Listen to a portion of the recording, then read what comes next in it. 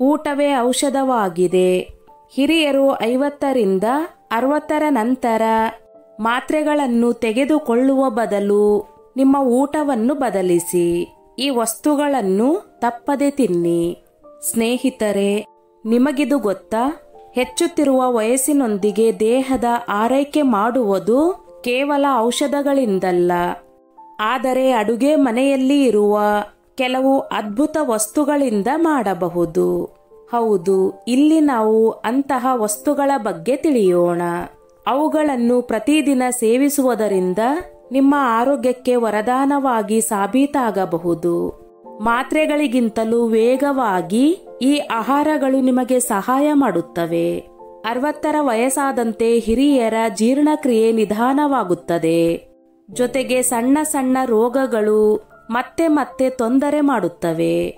ಇಂತಹ ಸಂದರ್ಭದಲ್ಲಿ ಜನರು ಮಾತ್ರೆಗಳ ಆಶ್ರಯ ತೆಗೆದುಕೊಳ್ಳಲು ಶುರು ಮಾಡುತ್ತಾರೆ. ಆದರೆ ನಮ್ಮ ಆಯುರ್ವೇದ ಒಂದು ತುಂಬಾನೇ ಅದ್ಭುತವಾದ ಮಾತನ್ನು ಹೇಳುತ್ತದೆ. ಊಟವೇ ಔಷಧವಾಗಿದೆ. ಅಂದರೆ ನಮ್ಮ ಊಟೋಪಚಾರ ಸರಿಯಾಗಿದ್ದರೆ ನಮ್ಮ ಆರೋಗ್ಯವು ಚೆನ್ನಾಗಿರುತ್ತದೆ. ವಿಶೇಷವಾಗಿ ಹಿರಿಯರಿಗೆ ಈ ನಿಯಮ ಮತ್ತಷ್ಟು ಮುಖ್ಯವಾಗುತ್ತದೆ. ಹಾಗಾದರೆ ಬನ್ನಿ ಸ್ನೇಹಿತರೆ, ಆ ವಸ್ತುಗಳು ಯಾವ್ಯಾವು ಹಾಗೂ ಅವುಗಳನ್ನು ಹೇಗೆ ಸೇವಿಸಬೇಕು ಎಂಬುದರ ಬಗ್ಗೆ ಸಂಪೂರ್ಣವಾಗಿ ತಿಳಿಯೋಣ. ತಪ್ಪದೆ ಪ್ರತಿದಿನ ಇವುಗಳನ್ನು ಸೇವಿಸಿ. ನೆನೆಸಿದ ಮೆಂತ್ಯ ಬೀಜಗಳು. ನೆನೆಸಿದ ಮೆಂತ್ಯ ಬೀಜಗಳನ್ನು ವಯಸ್ಸಾದವರಿಗೆ ಆರೋಗ್ಯ ದೃಷ್ಟಿಕೋನದಿಂದ ಅತ್ಯಂತ ಪ್ರಯೋಜನಕಾರಿ ಎಂದು ಪರಿಗಣಿಸಲಾಗುತ್ತದೆ. ಹೆಚ್ಚುತ್ತಿರುವ ವಯಸ್ಸಿನ ಜೊತೆಗೆ ದೇಹದ ಜೀರ್ಣಕಾರಿ ಶಕ್ತಿ, ಕೀಲುಗಳ ಶಕ್ತಿ ಮತ್ತು ರಕ್ತದಲ್ಲಿನ ಸಕ್ಕರೆ ಮಟ್ಟವು ನಿಯಂತ್ರಿಸುವ ಸಾಮರ್ಥ್ಯವು ದುರ್ಬಲಗೊಳ್ಳುತ್ತಾ ಹೋಗುತ್ತದೆ. ಅಂತಹ ಪರಿಸ್ಥಿತಿಯಲ್ಲಿ ನೈಸರ್ಗಿಕವಾಗಿ ಔಷಧೀಯ ಗುಣಗಳಿಂದ ಸಮೃದ್ಧವಾಗಿರುವ ಮೆಂತ್ಯ ಬೀಜಗಳು ವಿಶೇಷವಾಗಿ ಪ್ರಯೋಜನಕಾರಿ ಎಂದು ಸಾಬೀತುಪಡಿಸಬಹುದು. ಪ್ರತಿದಿನ ರಾತ್ರಿ 1 ಚಮಚ ಮೆಂತ್ಯ ಬೀಜಗಳನ್ನು ರಾತ್ರಿ ಇಡೀ ನೀರಿನಲ್ಲಿ ನೆನೆಸಿ ಬೆಳಗ್ಗೆ ಖಾಲಿ ಹೊಟ್ಟೆಯಲ್ಲಿ ಇದನ್ನು ನೀರಿನ ಜೊತೆಗೆ ಚೆನ್ನಾಗಿ ಜಗಿದು ಸೇವಿಸಿದಾಗ ಅದರ ಸಕ್ರಿಯ ಪದಾರ್ಥಗಳು ದೇಹಕ್ಕೆ ಸುಲಭವಾಗಿ ಹೀರಲ್ಪಡುತ್ತವೆ. ಈ ಧಾನ್ಯಗಳು ಜೀರ್ಣಕ್ರಿಯೆಯನ್ನು ಸುಧಾರಿಸುತ್ತವೆ.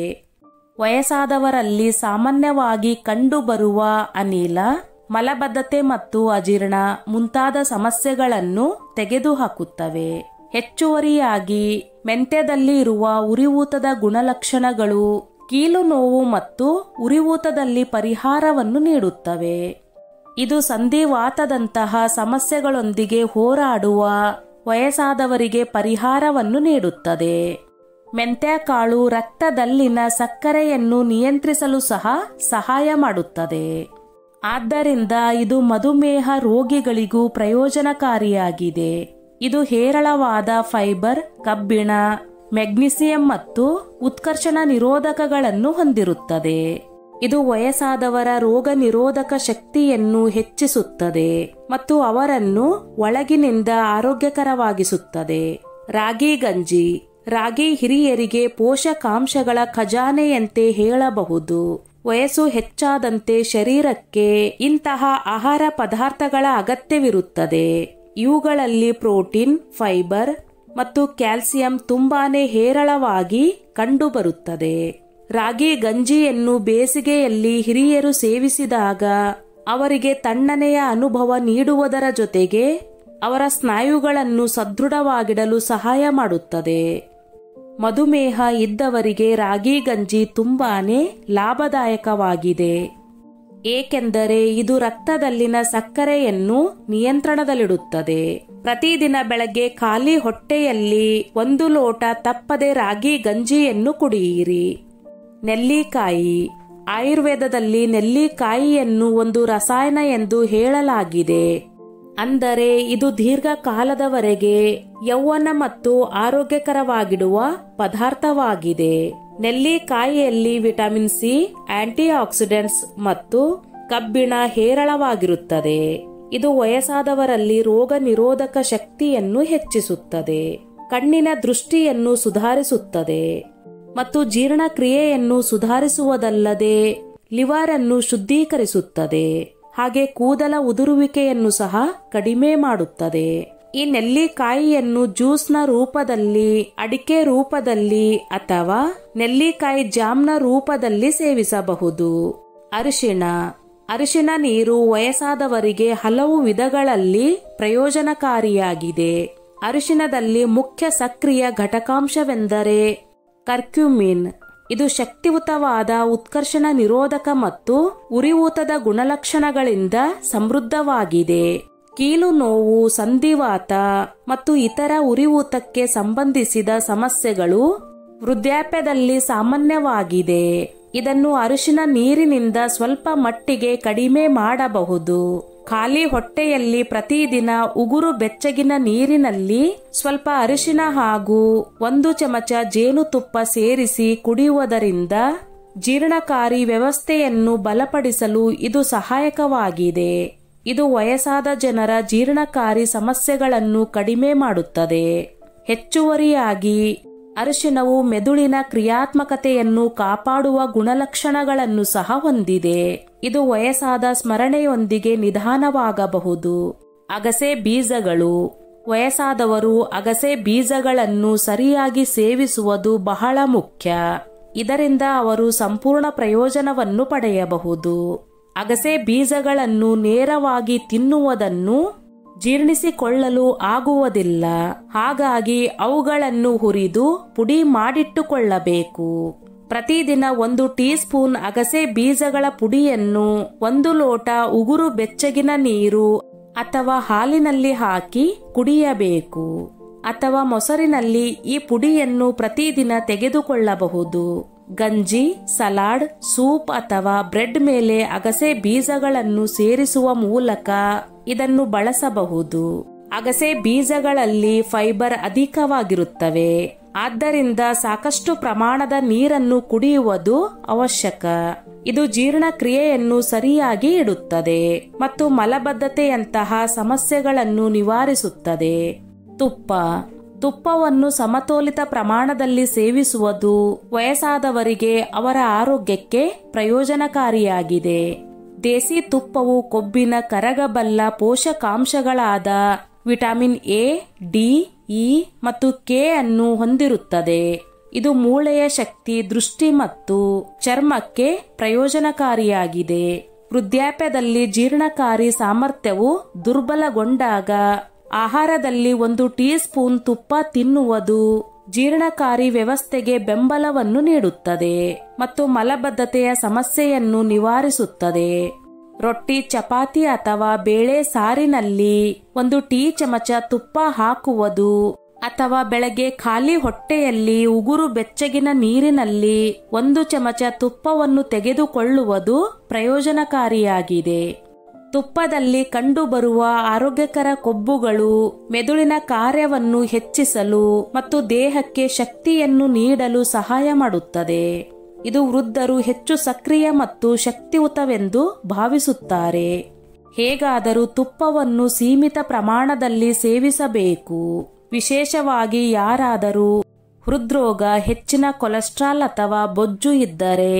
ಹಾಲು ಮತ್ತು ಮೊಸರು. ವೃದ್ಧಾಪ್ಯದಲ್ಲಿ ಹಾಲು ಕುಡಿಯುವುದರಿಂದ ಅಪಾರ ಪ್ರಯೋಜನಗಳು ಸಿಗುತ್ತವೆ. ಏಕೆಂದರೆ ವಿಟಮಿನ್ ಡಿ ಮತ್ತು ಕ್ಯಾಲ್ಸಿಯಂನಲ್ಲಿ ಸಮೃದ್ಧವಾಗಿರುವ ಹಾಲು ಆರೋಗ್ಯಕರ ಪಾನೀಯವಾಗಿದೆ. ವಯಸ್ಸಾದ ದೇಹದಲ್ಲಿ ವಿಟಮಿನ್ ಡಿ ಕೊರತೆ ಇದು ಮೂಳೆಗಳನ್ನು ದುರ್ಬಲಗೊಳಿಸುವ ಆಸ್ಟಿಯೋಪೊರೋಸಿಸ್ ಕಾಯಿಲೆಗೆ ಕಾರಣವಾಗಬಹುದು. ಆದ್ದರಿಂದ ಹಿರಿಯರು ಪ್ರತಿದಿನ ಬೆಳಗ್ಗೆ ಅಥವಾ ಸಂಜೆ 1 ಲೋಟ ಹಾಲು ಕುಡಿಯಬೇಕು. ಹಿರಿಯ ನಾಗರಿಕರ ತಟ್ಟೆಯಲ್ಲಿ ಮಧ್ಯಾಹ್ನದ ಊಟಕ್ಕೆ 1 ಬಟ್ಟಲು ಮೊಸರು ಸೇರಿಸಿಕೊಳ್ಳಬೇಕು. ಏಕೆಂದರೆ ಮೊಸರು ತಿನ್ನುವುದು ಕ್ಯಾಲ್ಸಿಯಂ ಅನ್ನು ಒದಗಿಸುತ್ತದೆ. ಇದು ವೃದ್ಧಾಪ್ಯದಲ್ಲಿ ದುರ್ಬಲಗೊಳ್ಳುವ ಮೂಳೆಗಳನ್ನು ಬಲಪಡಿಸುತ್ತದೆ. ಅದೇ ಸಮಯದಲ್ಲಿ ಇದು ಕರುಳಿನ ಆರೋಗ್ಯಕ್ಕೆ ಉತ್ತಮ ಆಹಾರವಾಗಿದೆ. ಏಕೆಂದರೆ ಮೊಸರು ಆರೋಗ್ಯಕರ ಬ್ಯಾಕ್ಟೀರಿಯಾವನ್ನು ಜೀರ್ಣಕ್ರಿಯೆಗೆ ಪ್ರಯೋಜನಕಾರಿಯಾಗಿದೆ. ಆಹಾರವನ್ನು ಅಗಿಯದೆ ನುಂಗುವುದನ್ನು ತಪ್ಪಿಸಬೇಕು.